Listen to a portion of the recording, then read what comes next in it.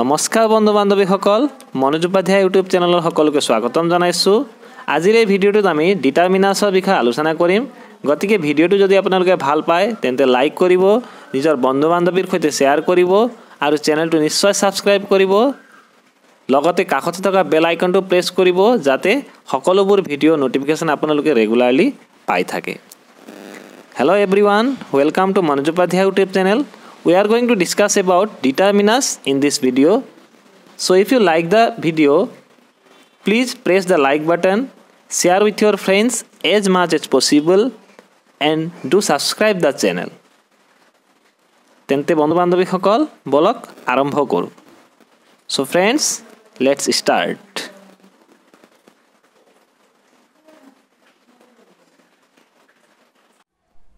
ছাত্ৰ ছাত্ৰীসকল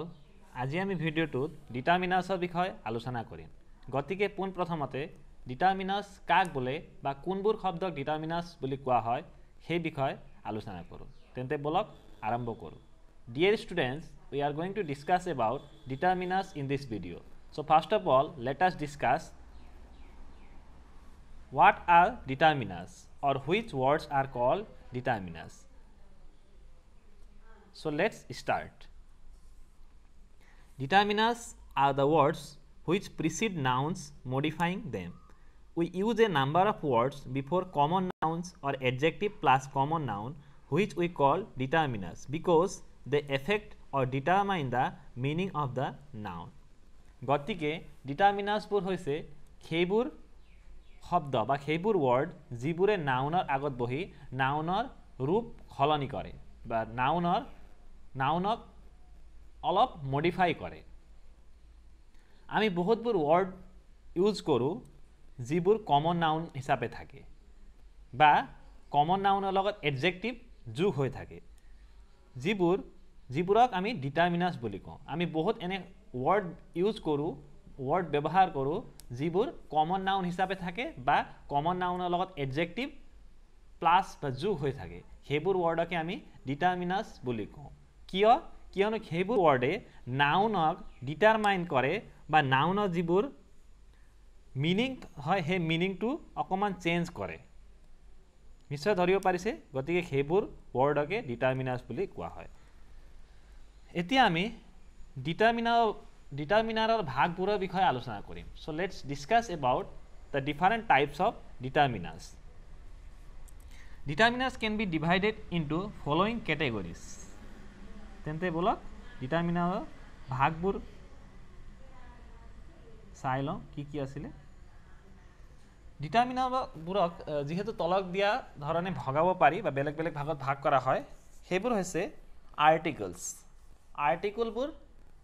তিনিটা আৰ্টিকলছ আছে, সেইবোৰ হৈছে এ এন আৰু দা।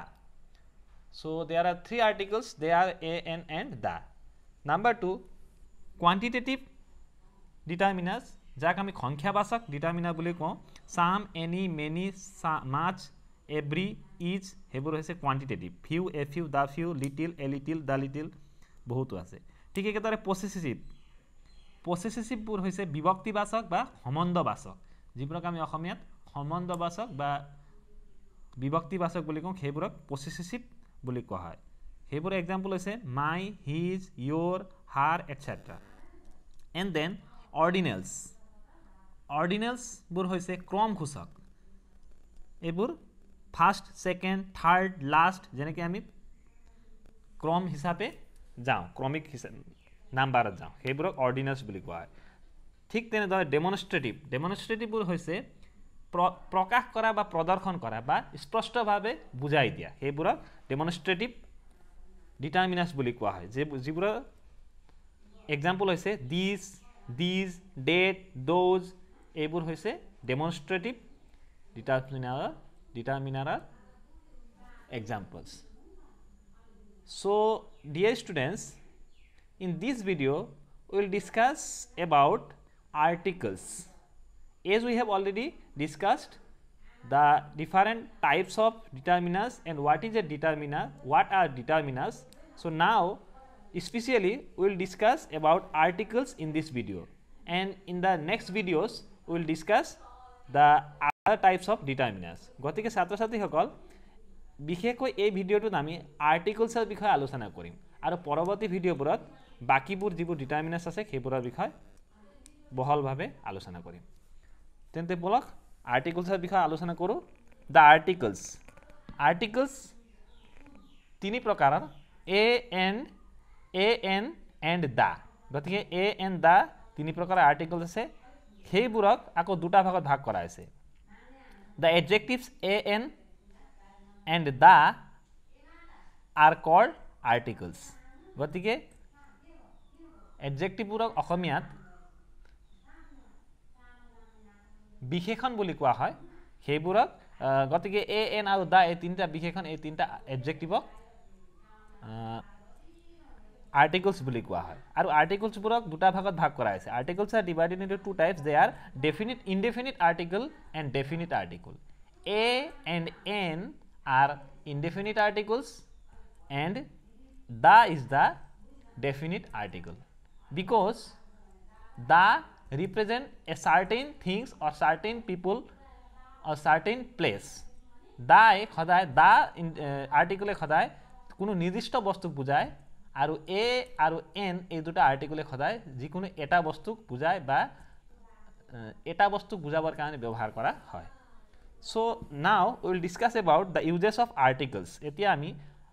আৰ্টিকলৰ ব্যৱহাৰবোৰৰ বিষয় আৰ্টিকলবোৰৰ ব্যৱহাৰৰ বিষয়ে আলোচনা কৰোঁ So let's start. Uses of indefinite article a. তেন্তে প্ৰথমতে আমি indefinite article a আৰু n ৰ ব্যৱহাৰৰ বিষয়ে আলোচনা কৰোঁ তাৰ পিছত the আৰ্টিকলৰ ব্যৱহাৰ আলোচনা কৰিম তেন্তে বলক Uses of indefinite article a. Indefinite article a ক'ত ক'ত ব্যৱহাৰ কৰা হয় সেই বিষয়ে আলোচনা কৰোঁ So let's discuss what are the uses of indefinite article a. Number 1 with singular common nouns beginning with consonants. পোনপ্ৰথমতে আমি ভাৱেল আৰু কনসনেন্টৰ বিষয়ে জানি ল'ব লাগিব যেহেতু আৰ্টিকলৰ বিষয়ে আলোচনা কৰাৰ আগতে ভাৱেলবোৰ হৈছে a e i o u there are total 26 alphabets in English so among them 5 are vowels and rest 21 are consonants a e i o u are vowels and rest are consonants গতিকে a e i o u বাদ দি বাকি যিবোৰ 21টা letter আছে সেইবোৰ হৈছে consonant English এলফাবেটৰ গতিকে a article ক'ত ক'ত ব্যৱহাৰ কৰা হয় উইথ সিঙ্গুলাৰ কমন নাউন্স যিবোৰ সিঙ্গুলাৰ কমন নাউন সেইবোৰৰ আগত সদায় এ আৰ্টিকল ব্যৱহাৰ কৰা হয় যেহেতু নাউন মানে আপোনালোকে গম পায় যিবোৰ নাম বুজোৱা শব্দ the words which represents names are called nouns and there are different types of nouns they are common noun proper noun material noun and many more so with singular common nouns beginning with consonants যিবোৰৰ singular common noun হয় আৰু প্ৰথম এলফাবেটটো সদায় consonant সেইবোৰৰ আগত এ ব্যৱহাৰ কৰা হয় for example a pen a boy a heart a cow a tailor এইবোৰত গোটেইকেইটা আমি য'ত যিমানবোৰ এক্সাম্পল পালোঁ এইবোৰত ফাৰ্ষ্ট এলফাবেটটো কনসনেন্ট হিচাপে আছে আৰু এইবোৰ এই গোটেইবোৰ এটা সিঙ্গুলাৰ কমন নাউন ঠিক একেদৰে with vowel letters having consonantal value or consonant sound যিবোৰ ভাৱেল আছে এ ই আই ও আছে কিন্তু সেইবোৰৰ সাউন্ডটো বা কনসনেন্টাল ভ্যালু হয় সদায় সেইবোৰ আমি যেতিয়া উচ্চাৰণ কৰোঁ তেতিয়া তাৰ উচ্চাৰণটো সদায় কনসনেন্টৰ দৰে হয় সেইবোৰৰ আগতো সদায় এ আৰ্টিকল ব্যৱহাৰ কৰা হয় so article a used with vowel letters having consonantal values the first letter will be vowel but its sound is like consonant for example a university আমি ইউনিভাৰ্সিটি বুলি নকওঁ ইউনিভাৰ্সিটি বুলি কওঁ গতিকে ইউ অন্ত্যৰ তলত হসৌকাৰ ইউ ইউনিভাৰ্সিটি ইউ নহয় ই উচ্চাৰণ কৰা নহয় গতিকে এ ইউনিট এ ইউটিলিটি এ ইউৰোপিয়ান আমি ইউৰোপিয়ান বুলি ক'ব নোৱাৰোঁ ইউৰোপিয়ান এ ইউনিফৰ্ম নহয় uniform a useful article A 1 rupee note, one নহয়, a 1 rupee note, a one-eyed man, a one-man show. গতিকে এইবোৰ যদিও গোটেইকেইটা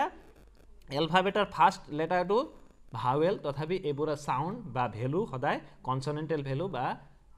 কনসনেন্ট সাউন্ড হোৱাৰ বাবে এইবোৰ আগত এ আৰ্টিকল ব্যৱহাৰ কৰা হৈছে। So dear students, I hope you have understood whatever I have tried to explain here, the use of indefinite article a. Now let us discuss the uses of indefinite article n, where we used n. এতিয়া আমি n article ক'ত ক'ত ব্যৱহাৰ কৰোঁ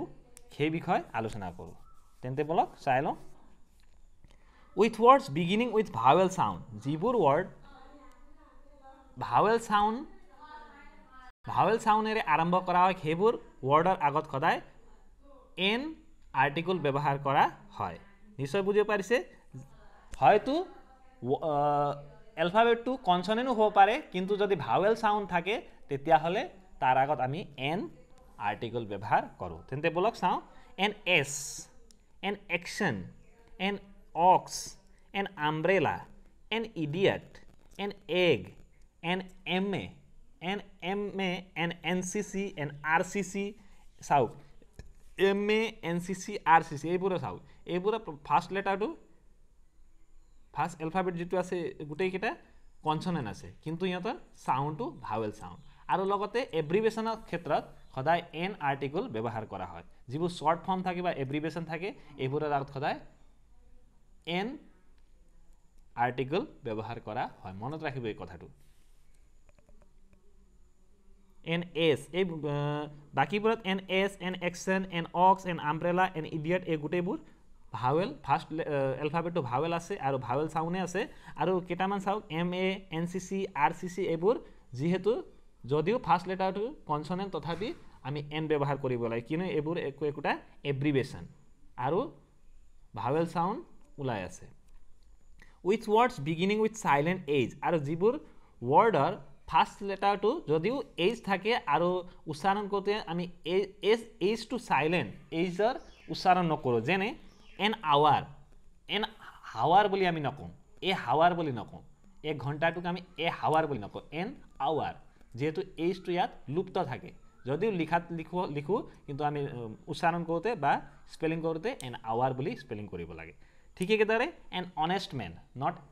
honest. I hope you have understood, not honest man, an honest man.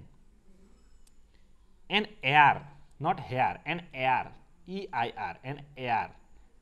গতিকে এনেকুৱা ধৰণৰ আৰু বহুত এক্সাম্পল আছে যিবোৰ আপোনালোকে চাই ল'ব পাৰে।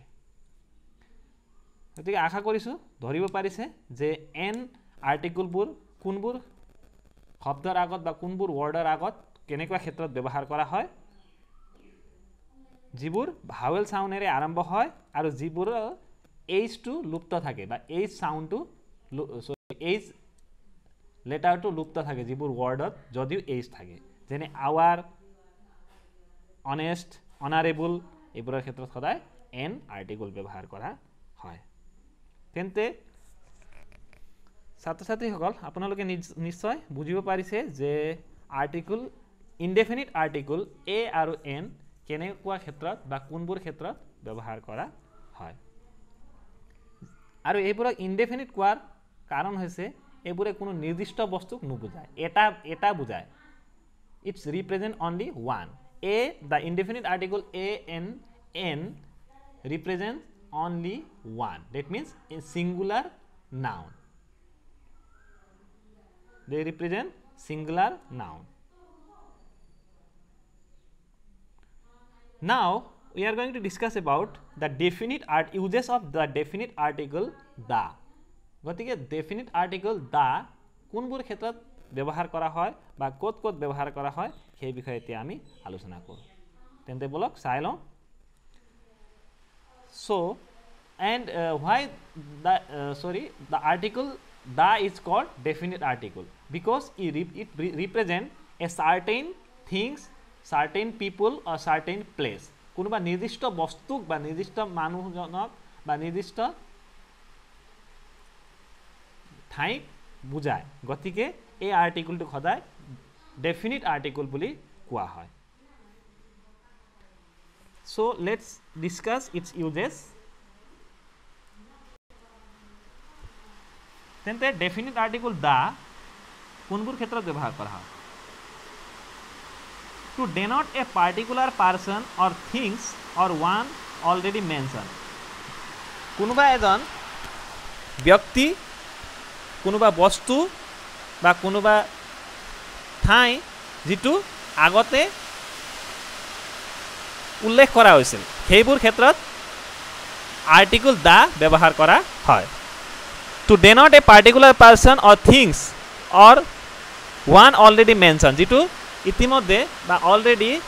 উল্লেখ কৰা হৈছিল আগতে ইয়াৰ আগতে উল্লেখ কৰা হৈছিল সেইবোৰ বস্তু বা সেইবোৰ মানুহৰ ক্ষেত্ৰত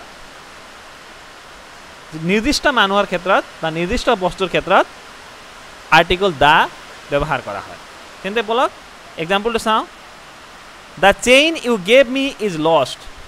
তুমি মোক যেটো চেইন দিছিলা হেইটো হেৰাল কাৰ কথা কোৱা হৈছে চেইন ডাল কোন চেইন ডাল যেটো তুমি মোক দিছিলা হয়নে here the thing is certain because it was already mentioned or it was already given by you gave me the chain which I was lost that means the chain you gave me is lost ঠিক একেদৰে I hate the man মই মানুহজনক ঘৃণা কৰো কোন মানুহজনক সেই মানুহজনক যিজন মানুহক মই আগতে লগ পাইছিলো বা তেওঁ মোৰ লগত লগ হৈছিল ঠিক একেদৰে we shall go to the movie আমি মুভিটো চাবলৈ যাম we shall go to the movie আমি মুভিটো চাবলৈ যাম কোন মুভি সেই মুভিটো যেটো মুভি আজি ছবিগৃহত দেখুৱা হ'ব ঠিক একেদৰে the sugar I bought yesterday was not very good here the sugar that means the sugar is certain which sugar that sugar which I bought yesterday from the shop that is not very good মানে কোনটো শ্ৰেণীৰ কথা কোৱাইছে যেটো শ্ৰেণী মই কালি দোকানৰ পৰা আনিছিলো সেই শ্ৰেণীটো ইমান ভাল নহয় গতিকে তেনেকুৱা ধৰণৰ নিৰ্দিষ্ট বস্তুৰ ক্ষেত্ৰত বা নিৰ্দিষ্ট মানুহৰ ক্ষেত্ৰত সদায় দা আৰ্টিকল ব্যৱহাৰ কৰা হয় I hope you have understood ঠিক একেদৰে when a singular noun represents a whole class কোনোবা এটা বিশেষ শ্ৰেণী বা কোনোবা এটা বিশেষ বস্তুৰ শ্ৰেণীৰ ক্ষেত্ৰত বুজোৱা হয় তেতিয়া আমি দা আৰ্টিকল ব্যৱহাৰ কৰো when a singular noun কোনোবা singular noun বুজোৱা হয় কিন্তু এটা বিশেষ শ্ৰেণী ধৰক কোনোবা এক প্ৰকাৰৰ বা এক শ্ৰেণীৰ জীবজন্তু কোনোবা এক শ্ৰেণীৰ মানুহ তেনেকুৱা ধৰণৰ ক্ষেত্ৰত সদায়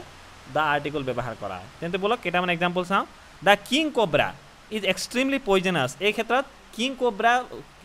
কোব্ৰা শ্ৰেণীৰ যিমানবোৰ খাপ থাকে গোটেইবোৰে বিষাক্ত বুলি কোৱা হৈছে isn't it similarly the cow is very useful animal the cow গোটেইবোৰ গৰুৱে the cow মানে গৰু এবিধ কি বুলি কৈছে উপকাৰী প্ৰাণী বা useful animal the earthworm helps the farmers earthworm মানে কেঁচুৱে সদায় কি কৰে কাক হেল্প কৰে কৃষকক বা খেতিয়কক হেল্প কৰে the earthworm helps the farmers নিশ্চয় ধৰিব পাৰিছে ঠিক একেদৰে উইথ সুপাৰলেটিভছ যিবোৰ ডিগ্ৰী পজিটিভ কম্পাৰেটিভ আৰু সুপাৰলেটিভ ডিগ্ৰী যিবোৰ আমি সদায় তুলনা কৰাৰ ক্ষেত্ৰত ব্যৱহাৰ কৰোঁ এডজেক্টিভবোৰ যিবোৰ সেইবোৰৰ ক্ষেত্ৰতো সুপাৰলেটিভৰ ক্ষেত্ৰত আমি দা আৰ্টিকল ব্যৱহাৰ কৰোঁ we use article the with superlatives so let's see the examples he is the best student in our class তেওঁ আমাৰ শ্ৰেণীৰ আটাইতকৈ ভাল ছাত্ৰ এনেকুৱা ক্ষেত্ৰত দা আৰ্টিকল ব্যৱহাৰ কৰা হয় he is the best তেওঁ আটাইতকৈ ভাল বুলি কৈছে isn't it so here superlative degree is showing it's represent superlative degree so the article is used in superlatives with superlatives so similarly another one example is given this is the densest forest I have ever seen গতিকে এই সেন্টেন্সটোত দা ব্যৱহাৰ কৰা হৈছে কিয়নো সেই জংগলটো আটাইতকৈ ঘন জংগল যেটো মই দেখাৰ ভিতৰত মানে মই আজিলৈকে যিমানবোৰ জংগল চালো তাৰ ভিতৰত আটাইতকৈ ঘন বা ডেন্সেষ্ট মানে ডাঠ জংগল বুলি কৈছে বা অভয়াৰণ্য হাবি এতিয়া চাওঁ with names of rivers seas gulfs group of islands mountain ranges newspapers গতিকে কিছুমান নদী সাগৰ মহাসাগৰ হ্ৰদ গ্ৰুপছ অফ আইলেণ্ডছ বা মাউণ্টেইনছ যিবোৰ পাহাৰ পৰ্বত আৰু নিউজ পেপাৰৰ ক্ষেত্ৰতো দা আৰ্টিকল ব্যৱহাৰ কৰা হয় তেন্তে বলক কেইটামান এক্সাম্পল চাওঁ the Ganges the Red Sea the Indian Ocean the Persian Gulf the Alps etcetera so these are the name of rivers seas gulfs mountains hills okay so before these before the names of some rivers seas gulfs big rivers the article is used next before the name of some newspapers before the name of newspapers the article is used not some or before the name of all newspapers the article is used for example the Times of India the Assam Tribune the Indian Express etc গতিকে এইবোৰ news paper আগত সদায় the article ব্যৱহাৰ কৰা হয় ঠিক একেদৰে before names of certain books or an epic যিবোৰ ধৰ্মগ্ৰন্থ থাকে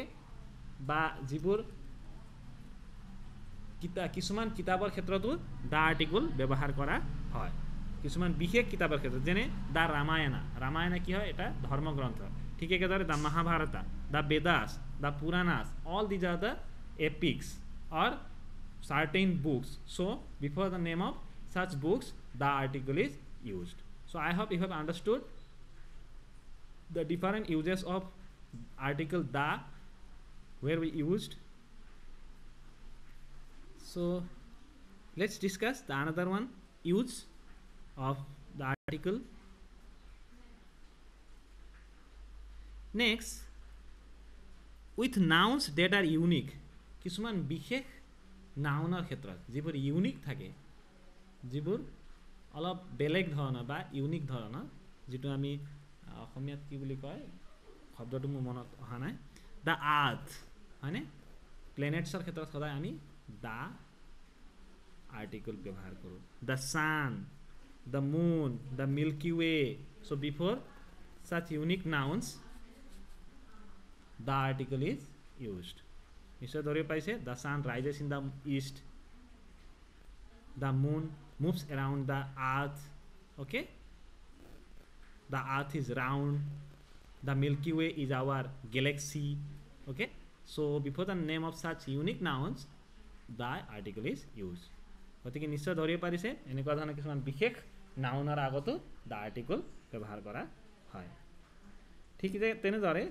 আৰু এটা ব্যৱহাৰ চাওঁ so let's discuss the another one use with nouns of musical instrument কিছুমান মিউজিক্যাল ইনস্ট্ৰুমেন্ট বা বাদ্যযন্ত্ৰ নামৰ আগতো দা আৰ্টিকল ব্যৱহাৰ কৰা হয় মনত ৰাখিব দা ফ্লুট বাঁহী ফ্লুট বুলি কোৱা হয় দা ভায়োলিনৰ নাম আপোনালোকে শুনিছে চাগে ভায়োলিন ঠিক একেদৰে দা piano so before the name of such musical instrument or the before with nouns of musical instrument the article is used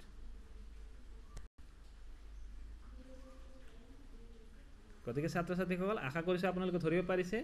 da article কোনবোৰ ক্ষেত্ৰত ব্যৱহাৰ কৰা হয় তেন্তে বলক আৰু এটা ইউজ চাওঁ আৰ্টিকল দা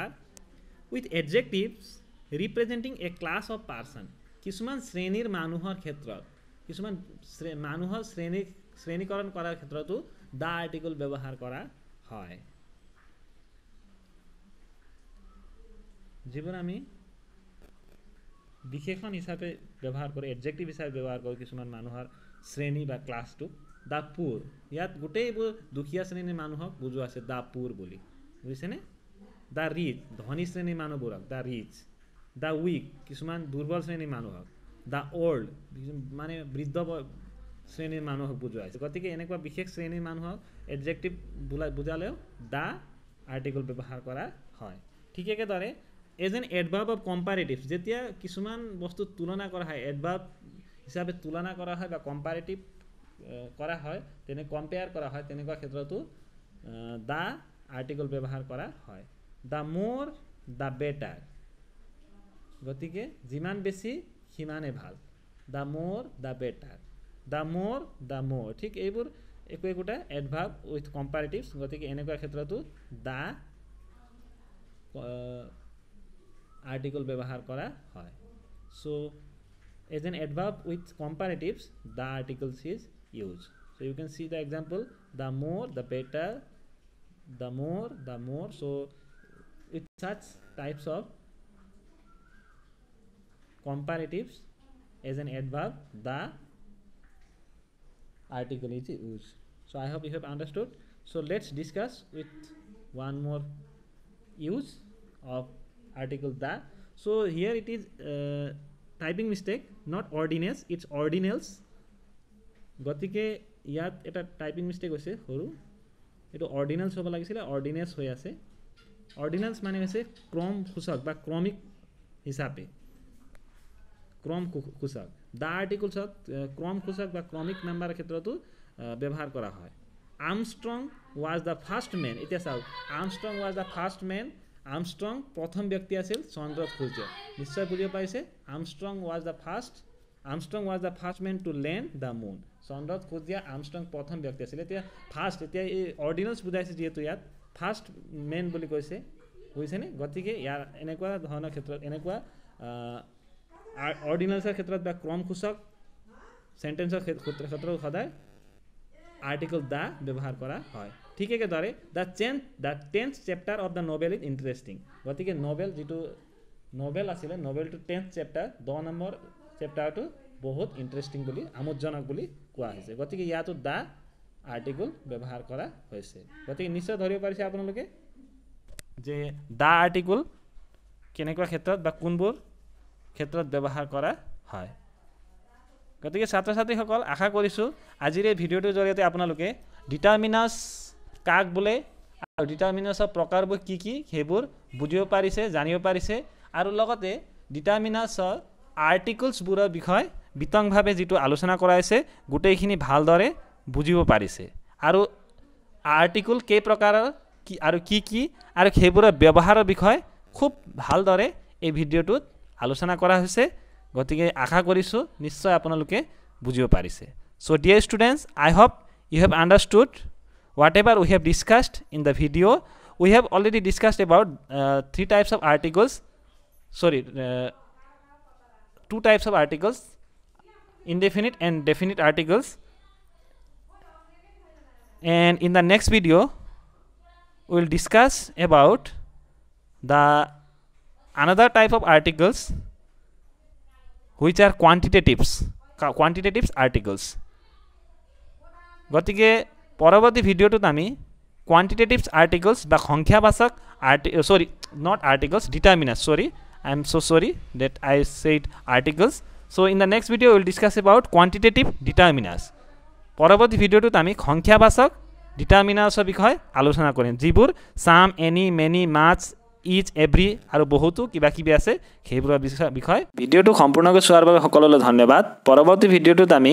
কোয়ান্টিটেটিভস ডিটাৰমিনাস বা সংখ্যাবাচক ডিটাৰমিনাৰৰ বিষয়ে আলোচনা কৰিম Thank you so much for watching the complete video in the next video we will discuss about quantitative determinants